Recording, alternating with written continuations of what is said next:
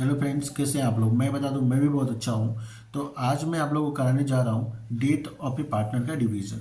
और इससे पहले भी मैं एडमिशन ऑफ ए पार्टनर और रिटायरमेंट ऑफ ए पार्टनर का रिवीजन वीडियो ऑलरेडी अपलोड कर चुका हूं यूट्यूब पे। और उम्मीद करता हूं कि आप लोगों ने मेरा वो वीडियो ज़रूर देखा होगा।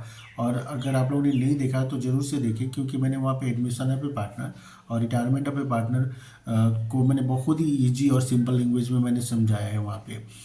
और अगर आप मेरे चैनल पे नए हैं तो मेरे चैनल को ज़रूर से सब्सक्राइब करें, क्योंकि इससे आपको एग्ज़ाम तक बहुत ही बेनिफिट होने वाला है। क्योंकि मैं जितना भी चैप्टर है आपका सारा एक एक करके रिवीजन वीडियो मैं यहाँ पे अपलोड करूँगा, जो आपको एग्ज़ाम के टाइम पे बहुत ही आपको हेल्प करेगा। तो चलिए हम लोग आज का टॉपिक स्टार्ट कर लेते हैं, डेथ ऑफ ए पार्टनर का। तो डेथ ऑफ ए पार्टनर में क्या होता है कि एक पार्टनर का डेथ हो जाता है। तो डेथ में क्या होगा कि पार्टनर का डेथ हो गया, तो अब यहाँ पे क्या होता है कि उसका जितना भी उसका कैपिटल का पैसा हो गया, उसका यहाँ पे भी एसेट्स एंड लायबिलिटीज का रीवैल्यूएशन किया जाएगा। उसमें से उसका जो शेयर होगा, उसके बाद में एक्यूमुलेटेड प्रॉफिट एंड रिजर्व है उसका पैसा, जॉइंट लाइफ पॉलिसी में से उसको शेयर जो होता है वो सब कुछ मैंने जो भी उसका निकलता है, मतलब वो हम लोग क्या करेंगे उसका प्लस करके ड्राइंग इंटरेस्ट और ड्राइंग अगर कुछ होगा तो प्लस माइनस करके हम लोग क्या होता है कि उसके एग्जीक्यूटर्स को हम लोग पेमेंट कर देते हैं या उसके लोन के अकाउंट में हम लोग ट्रांसफ़र कर देते हैं। तो रिटायरमेंट और डेथ में क्या है कि बहुत ज़्यादा कोई डिफरेंस नहीं है। तो यहाँ पे क्या है कि सब कुछ मतलब ट्रीटमेंट, अकाउंटिंग ट्रीटमेंट लगभग एक जैसा ही होता है। सिर्फ एक ही डिफरेंस है डेथ ऑफ ए पार्टनर और रिटायरमेंट ऑफ ए पार्टनर में। और वो डिफरेंस ये है कि generally retirement of A partner में क्या होता है कि डेट पहले से ही फिक्स होता है, और जो भी पार्टनर रिटायर लेने वाला होता है वो पहले ही बता देता है कि मैं इस डेट को रिटायरमेंट लेने वाला हूँ। और जनरली क्या होता है कि पार्टनर जो भी रिटायर लेने वाला होता है वो eight the end of the accounting year वो रिटायरमेंट लेता है। तो अगर कोई partner eight the end of the accounting या रिटायरमेंट लेता है तो वैसे क्या होता है कि कोई ज़्यादा प्रॉब्लम होता नहीं है, क्योंकि at the end of the year profit and loss account और balance sheet each and everything बनाया जाता है।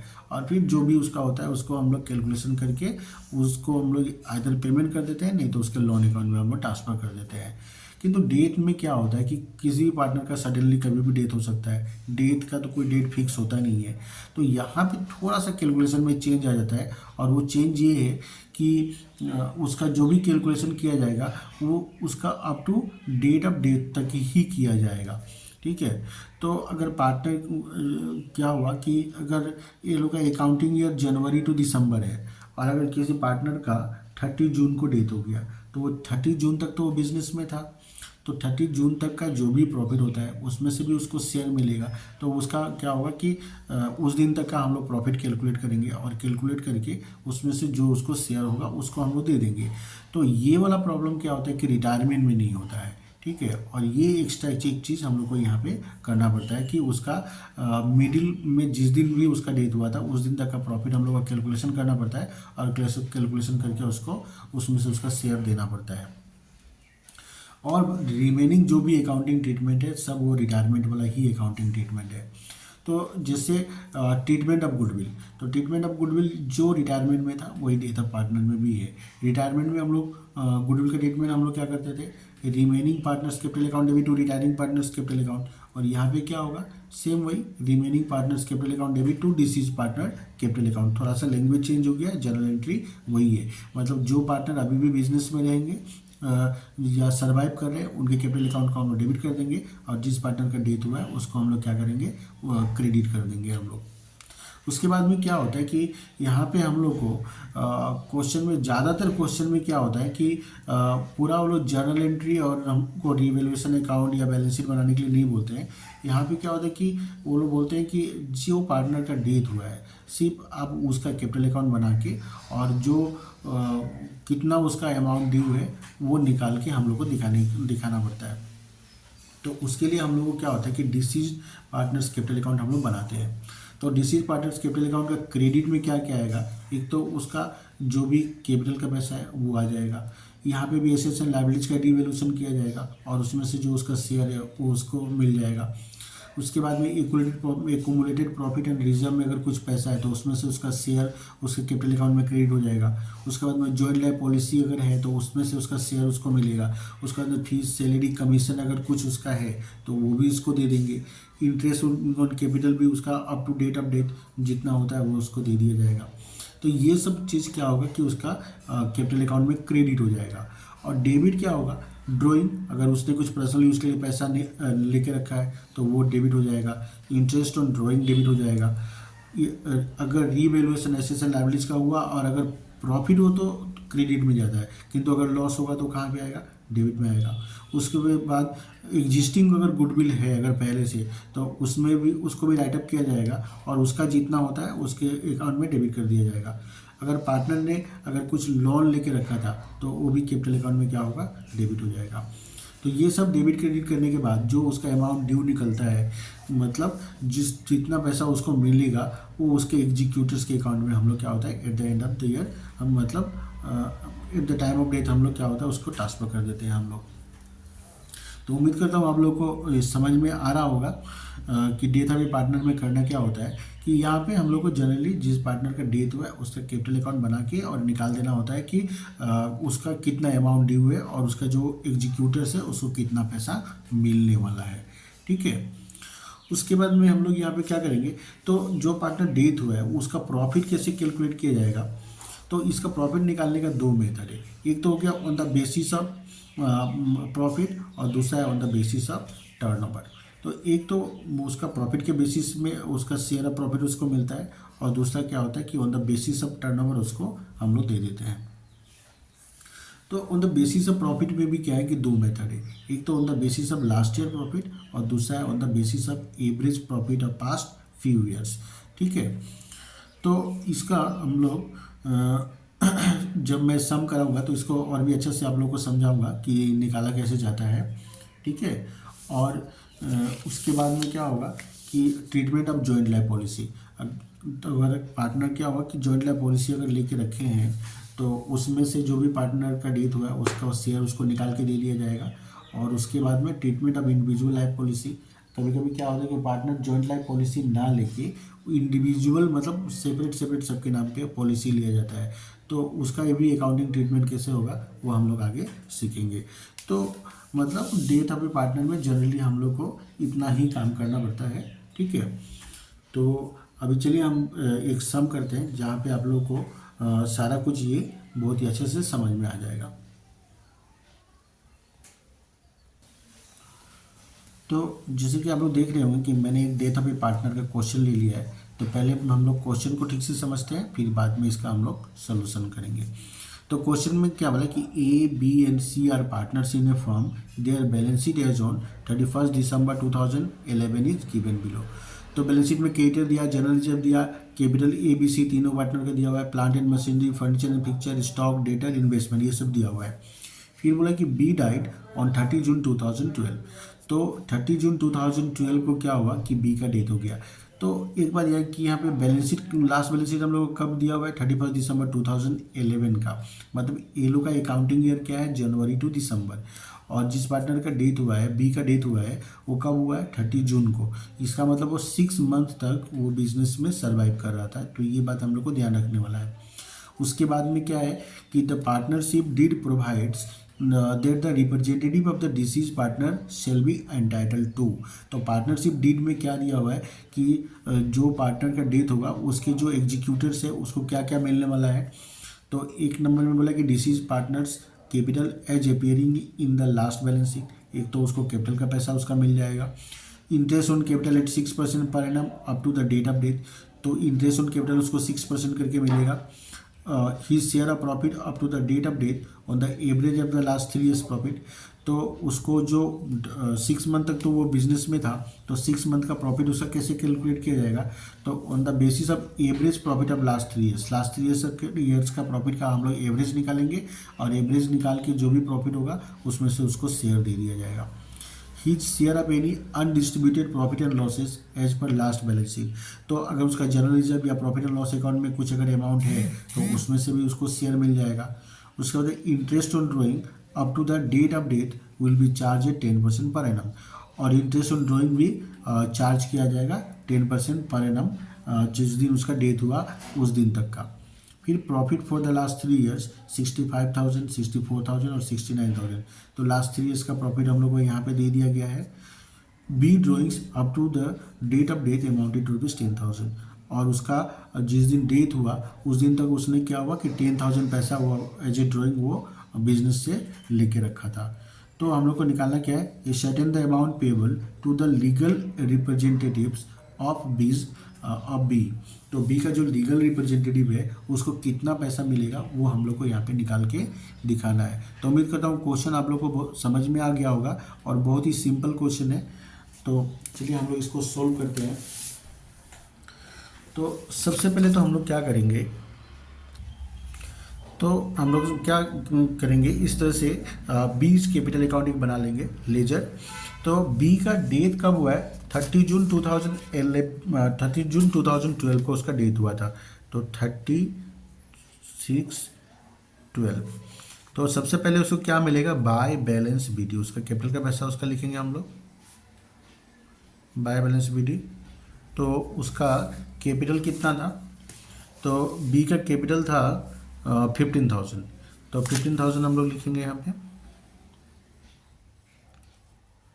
उसके बाद interest on capital at 6% per annum up to the date of death.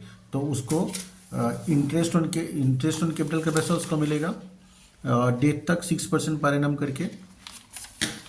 तो क्या लिखेंगे हम लोग, बाय इंटरेस्ट ऑन कैपिटल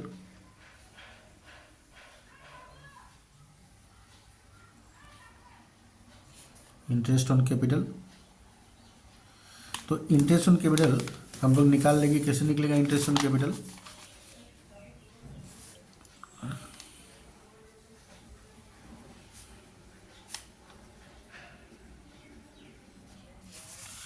तो कैपिटल उसका दिया हुआ है 15,000।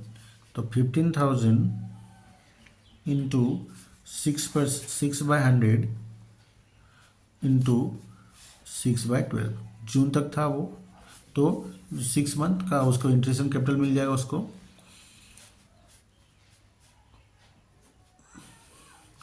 तो ये 2 से कैंसिल हो जाएगा, उसके बाद ये 0 0 कैंसिल आउट कर देंगे, उसके बाद ये 2 से 6 चला जाएगा 3 टाइम्स। तो कितना हो गया 450। तो बाय इंटरेस्ट ऑन कैपिटल कितना निकला 450। उसके बाद नेक्स्ट क्या बोला है, he share a profit up to the date of death on the average of the last 3 years profit. तो इसको भी हम लोग निकाल लेंगे। नंबर 2, तो पहले तो हम लोग एवरेज प्रॉफिट निकाल लेंगे, एवरेज प्रॉफिट। तो लास्ट 3 ईयर्स का प्रॉफिट कितना दिया हुआ है, लास्ट 3 ईयर्स का प्रॉफिट हम लोग को दिया है 65, 64 और 69,000। तो तीनों को प्लस करके डिवाइड बाय 3 कर देंगे। तो 65,000 प्लस 64 प्लस 69,000 डिवाइड बाय 3। तो तीनों को प्लस अगर किया जाएगा तो कितना आएगा, 65,000 प्लस 64,000 प्लस 69,000। तो ये हो गया 1,98,000 और डिवाइड बाय 3 कर देंगे तो ये आ रहा है 66,000। तो एवरेज प्रॉफिट निकल गया हम लोग को 66,000। तो इसमें से हम लोग क्या करेंगे कि बी का शेयर निकाल देंगे, बी का शेयर। तो बी का शेयर कैसे निकलेगा, 66,000 तो 1 साल का प्रॉफिट है, तो 6/12 कर देंगे तो 6 महीने का निकल जाएगा। और उसका शेयर क्या है, बी का शेयर क्वेश्चन में कहीं पे मेंशन ही नहीं किया हुआ है। तो क्वेश्चन में कहीं पे भी बी का शेयर प्रॉफिट मेंशन नहीं किया है, that means B will get equal profit. तो क्या होगा, इंटू 1/3 कर देंगे, 1/3। तो 6 से ये 12 चला गया 2 टाइम्स, और ये 3 से ये 66 चला जाएगा 22,000। फिर ये 2 से अगर हम लोग डिवाइड कर देंगे 22,000 को तो कितना निकल के आएगा 11,000। तो इसका प्रॉफिट कितना निकला 11,000। तो हम लोग क्या लिखेंगे यहाँ पे, by profit and loss suspense account, suspense account 11,000। ठीक है। उसके बाद फिर क्या बोला है कि he share of any undistributed profit and losses as per last balance sheet. तो यहाँ पे देखिए क्या है, जनरल रिजर्व में 10,000 दिया हुआ है, अनडिस्ट्रीब्यूटेड प्रॉफिट है ये, तो इसमें से उसको हम लोग शेयर दे देंगे हम लोग।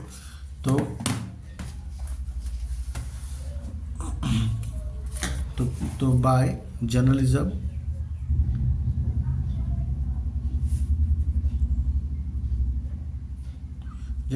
तो जनरल रिजर्व में कितना है 10,000 इंटू 1/3, तो कितना होगा 33,333। तो ये उसका रिजर्व का पैसा हम लोग ने दे दिया। उसके बाद में देखिए interest on his drawing up to the date of death will be charge at 10% per annum. तो इंटरेस्ट ऑन ड्राइंग उसका 10% करके कैलकुलेशन किया जाएगा। तो बाय इंटरेस्ट ऑन ड्राइंग तो डेबिट में आएगा, तो टू इंटरेस्ट ऑन ड्राइंग्स यहीं पे मैं कैलकुलेट कर देता हूँ उसका ड्राइंग है कितना। तो उसका ड्राइंग यहाँ पे दिया हुआ है 10,000, तो 10,000 का इंटरेस्ट हम लोग निकाल देंगे। तो 10,000 इंटू 6/12, क्योंकि 6 महीने का इंटरेस्ट लगेगा। और उसके बाद में रेट कितना दिया हुआ है इंटरेस्ट ऑन ड्राइंग का, तो रेट आप लोग देख रहे होंगे 10% दिया हुआ है, तो इंटू 10/100 तो 10,000 का 10% होता है 1,000, और 6 मंथ का कितना हो जाएगा 500।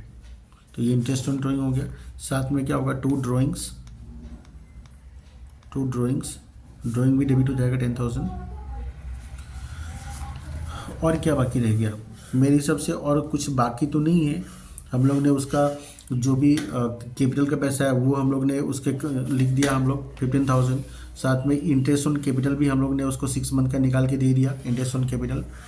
उसके बाद में उसका प्रॉफिट भी हम लोग ने क्या बोला था कि 3 साल के एवरेज प्रॉफिट के हिसाब से मिलना चाहिए, तो वो भी हम लोग ने 3 साल का प्रॉफिट का एवरेज किया, और एवरेज करके जो 66,000 एवरेज प्रॉफिट आया उसमें से उसको हम लोग ने उसको शेयर दे दिया। तो उसके लिए हम लोग ने क्या लिखा by profit and loss suspense account 11,000। उसके बाद में उसने बोला था कि अनडिस्ट्रीब्यूटेड प्रॉफिट और रिजर्व कुछ होगा तो उसमें से भी उसको शेयर मिलेगा। तो जनरल रिजर्व यहाँ पे 10,000 था, तो उसमें से भी हम लोग उसको 3,333 हम लोग ने उसको दे दिया। फिर ड्राइंग उसका डेबिट कर दिया हम लोग डेबिट में, और क्या हुआ इंटरेस्ट ऑन ड्राइंग हम लोग ने दे दिया उसको। तो अब हम लोग इसको क्या करेंगे बैलेंस कर लेंगे, और बैलेंस करके जो आएगा वो उसके एग्जीक्यूटर्स के अकाउंट में हम लोग ट्रांसफ़र कर देंगे। तो 15,000 और 11,000 हो गया 26,000 प्लस 450 प्लस 3,333।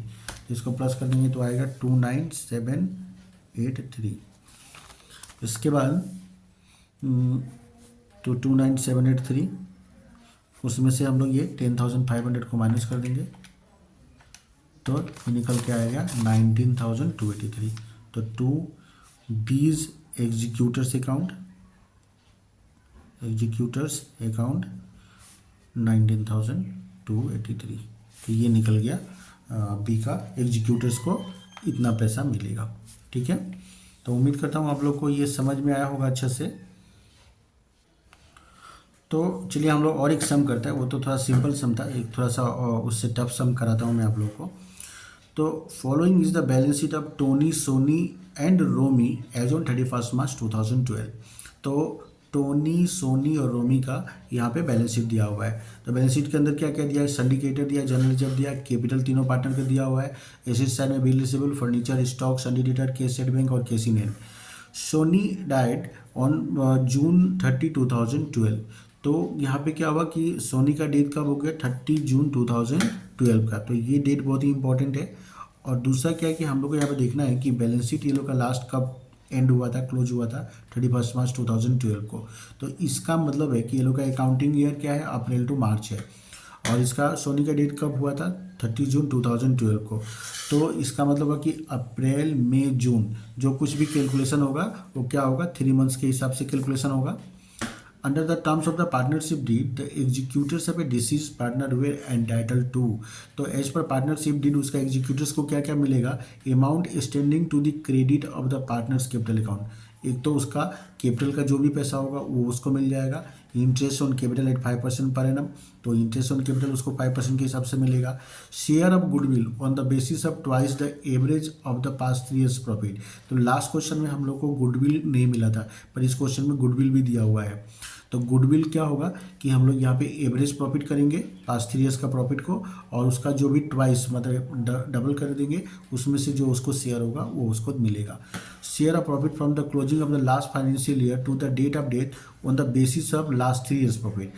और उसको 3 मंथ्स तक तो वो बिजनेस में था, तो 3 मंथ्स का प्रॉफिट उसको कैसे दिया जाएगा, तो बोला कि पास्ट 3 ईयर्स का प्रॉफिट का जो भी एवरेज होगा उसके हिसाब से उसको दे दिया जाएगा, जिसे हम लोग ने लास्ट सब में किया, सेम वैसे ही है यहाँ पे।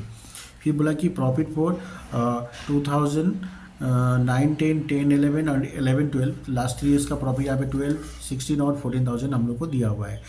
उसके बाद बोला कि profit way share in the ratio of capital, और वो लोग प्रॉफिट कैसे शेयर करता है लोग, कैपिटल के रेशियो में। तो कैपिटल यहाँ पे कितना दिया हुआ है 30,000, 20,000 और 20,000, दैट मीन्स वो लोग का रेशियो कितना होगा 3:2:2। कैसे निकाला, 4040 सब में कॉमन है तो उसको मैंने स्किप कर दिया, तो क्या बच गया 3:2:2। तो ये वो लोग का प्रॉफिट शेयरिंग रेशियो हो गया 3:2:2। तो ये बात ध्यान में रखना है। तो चलिए हम लोग इसको सोल्व करते हैं।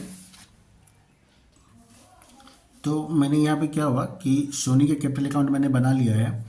तो जिसका डेट कब हुआ था 30 जून 2000, कब डेट हुआ था 30 जून 2012 को उसका डेट हुआ था। तो डेट मैंने लिख लिया।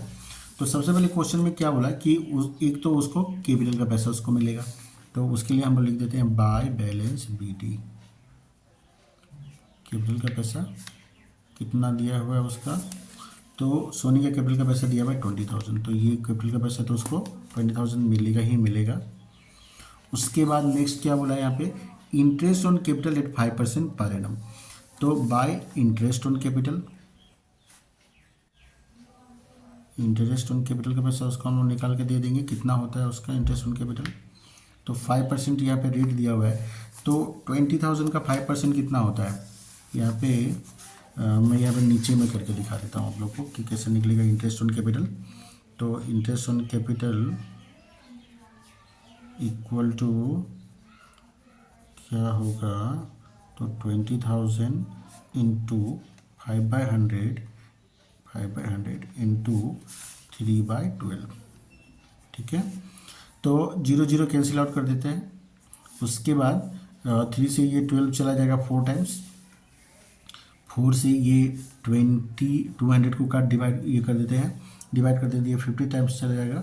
तो 50 इंटू 5 कितना होता है 250, तो 250 उसको इंटरेस्ट ऑन कैपिटल का पैसा मिलेगा। तो 250 हम लोग यहाँ पे लिख देते हैं इंटरेस्ट ऑन कैपिटल उसका। इसके बाद में नेक्स्ट क्वेश्चन में क्या बोला है कि share of goodwill on the basis of twice the average of the past 3 years profit. तो ये नया है, लास्ट क्वेश्चन में नहीं मिला था, तो इसको आप लोग थोड़ा सा ध्यान से देखना। तो ये बहुत ही इंपॉर्टेंट है किंतु। तो गुडविल कैसे निकाला जाएगा, इसको मैं नंबर 1 दे देता हूँ, और ये है नंबर 2 इसको दे देता हूँ मैं। तो calculation of Sony share of goodwill, Sony share of goodwill. तो पहले तो हम लोग क्या होता है कि एवरेज प्रॉफिट निकाल लेते हैं। एवरेज प्रॉफिट कैसे निकलता है वो तो आप लोग को आता ही होगा। 3 साल का प्रॉफिट को हम लोग प्लस करके हम लोग डिवाइड बाय 3 कर देंगे। तो प्रॉफिट 3 साल का कितना दिया हुआ है 12,000, 16,000 और 14,000। तो 12,000 प्लस 14,000 प्लस 16,000 डिवाइड बाय 3 कर देते हैं। तो 16 और 14 कितना हो गया 30 और 12 कितना हो गया 42,000 डिवाइड बाय 3। तो 42,000 डिवाइड बाय 3 अगर करेंगे तो क्या पॉइंट में आएगा, नहीं 14,000 आ गया। तो अब इसका हम लोग क्या होगा गुडविल निकाल देंगे। गुडविल कैसे निकल, बोला था कि ट्वाइस कर देना है इसका हम लोग को। तो गुडविल इक्वल टू हो गया 14,000। तो एवरेज प्रॉफिट हम लोग का कितना निकला 14,000, और इसको 2 से मल्टीप्लाई कर देंगे तो कितना आएगा 28,000। तो ये निकला गुडविल। अब इसमें से हम लोग सोनी का शेयर निकाल देंगे। तो सोनी शेयर कैसे निकलेगा 14,000 इंटू सॉरी 28,000 निकला है ना, 28,000 इंटू रेशियो कितना था 3:2:2, तो सोनी का कितना है 2/7, ठीक है। तो 2/7, तो अगर 7 से डिवाइड करेंगे तो कितना आएगा 4,000, 4,000 इंटू 2 कर देंगे तो कितना आएगा 8,000। तो दैट मीन्स सोनी को गुडविल का पैसा कितना मिलेगा 8,000, और ये 8,000 उसको देगा कौन, उसको देगा टोनी और रोमी। तो हम लोग यहाँ पे कैसे लिखेंगे, बाय टोनीज कैपिटल अकाउंट और बाय रोमी कैपिटल अकाउंट, और कितना कितना देगा ये लोग उसको। तो 8,000 इंटू टोनी, इसके सोनी का रिटायरमेंट के बाद में ये लोग का रेशियो क्या हो रहेगा 3:2, तो 3:2 मतलब क्या होगा 3/5, और रोमी का क्या होगा,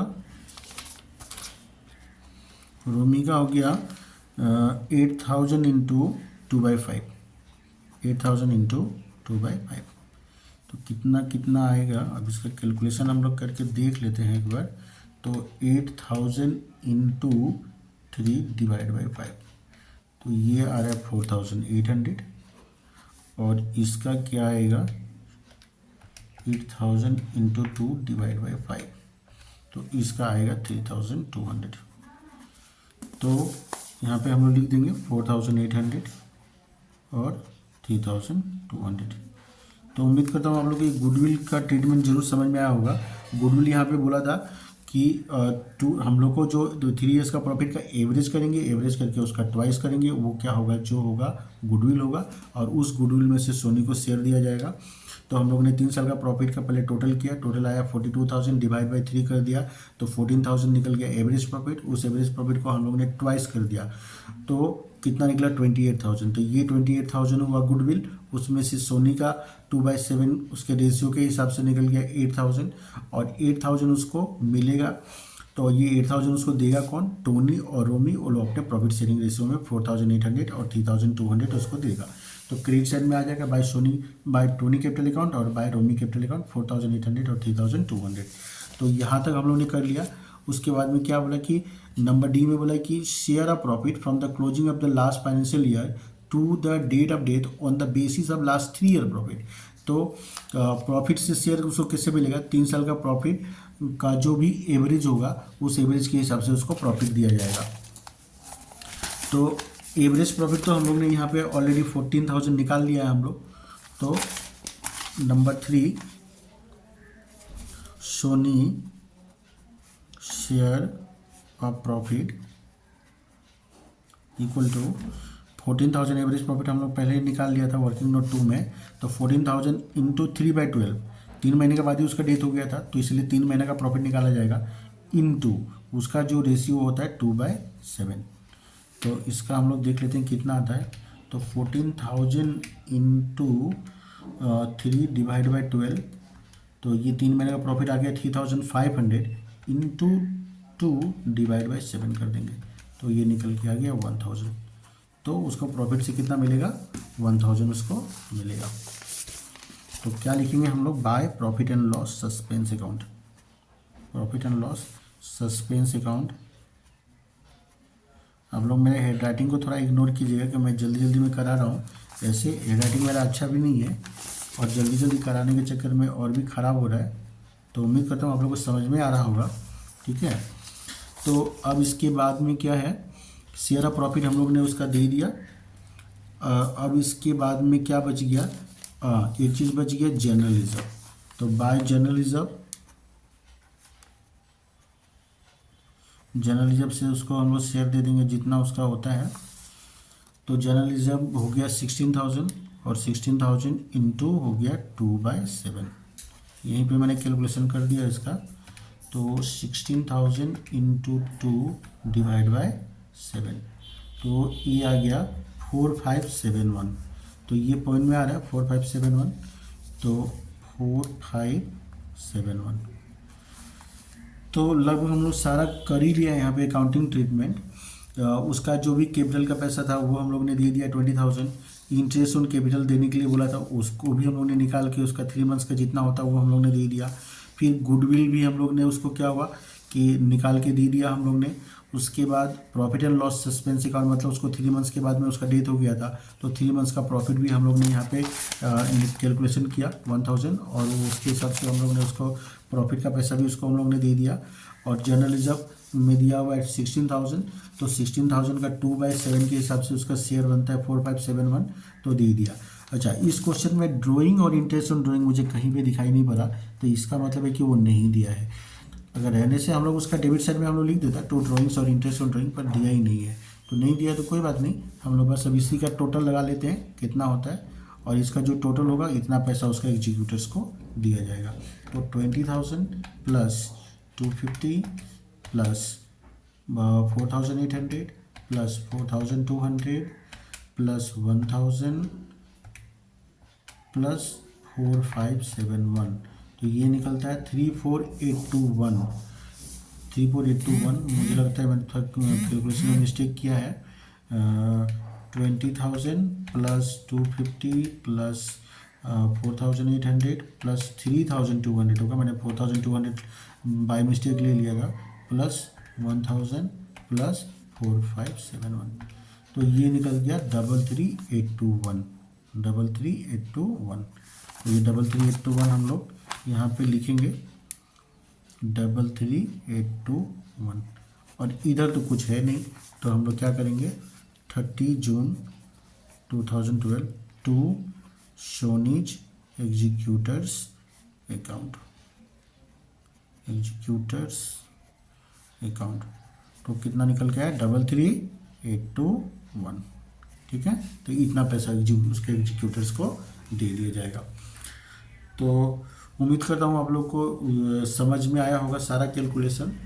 तो आप लोग ये मेरा वीडियो बार बार देखें, अगर समझ में आगे आ जाता है तो ठीक है, नहीं तो आप 2 बार 3 बार देखें और आपका पूरा अच्छे से आपका कॉन्सेप्ट क्लियर हो जाएगा डेट का, और आप डेट का कोई सा भी सम आप लोग कर पाएंगे। तो मेरे तरफ से आप लोग को एग्ज़ाम में अच्छा मार्क्स दिलाने का एक छोटा सा प्रयास है, और आप लोग भी मुझे जो सपोर्ट करें। तो जब मेरे चैनल को आप लोगों ने अगर सब्सक्राइब नहीं किया तो ज़रूर से सब्सक्राइब करें, तो जिससे कि आप लोग को भी टाइम से रिवीजन वीडियो मिल सके, और ताकि आप लोग का एग्ज़ाम का बहुत ही अच्छा से प्रिपरेशन हो सके। तो ठीक है, मिलते हैं हम लोग नेक्स्ट रिवीजन क्लास में, तब तक के लिए बाय बाय।